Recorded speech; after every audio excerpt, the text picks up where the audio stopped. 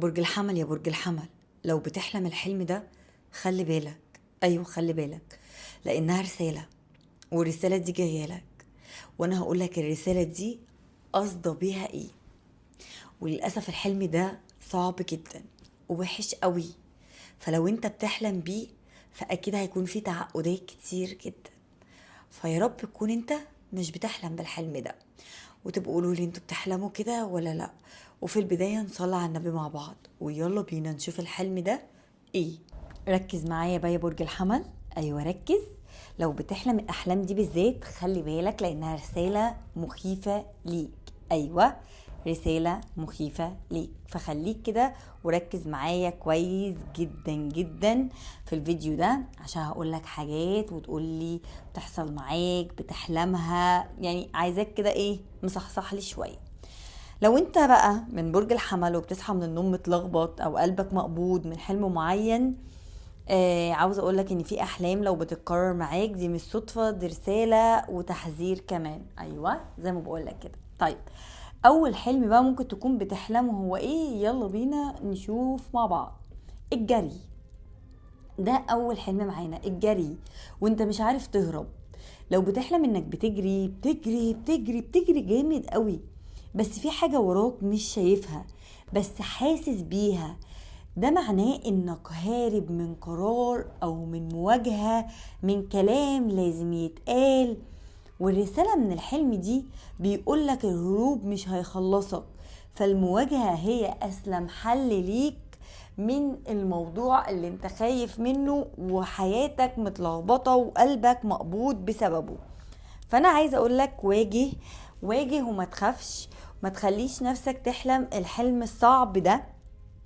الحلم التاني، لو انت بتحلم بنار، مش دايما شر، يعني هي النار مش دايما شر، بس خلي بالك النار دي بتتحكم فيها طاقة وقوة جاية، نار خارجة عن السيطرة، غضب مكبوت جواك هيقلب ضدك.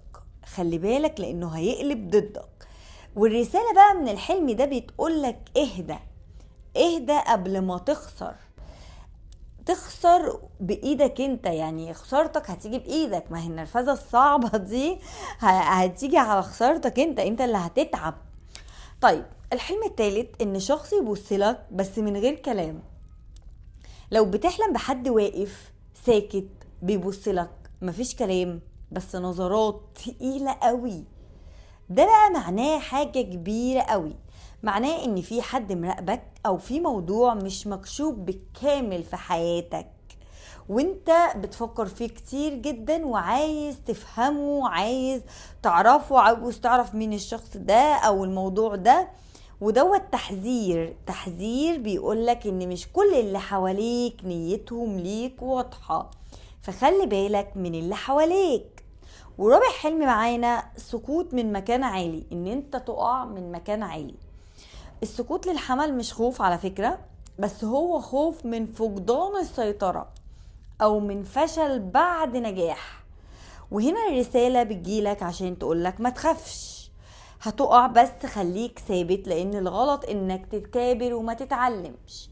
فانا جاي اقولك ما تخافش حتى لو وقعت، يعني هتتعلم، مش هتكون واقعة جامدة، هتكون ثابت. فبلاش تفكر وتخوف نفسك ان انت لو وقعت من اي حاجة او ان انت هتقع او ان انت هتتكسر، لا.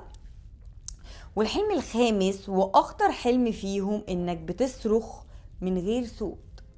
لو بتحلم انك بتصرخ ومفيش صوت طالع، دي رسالة قوية جدا جدا، معناها انك ساكت عن وجع.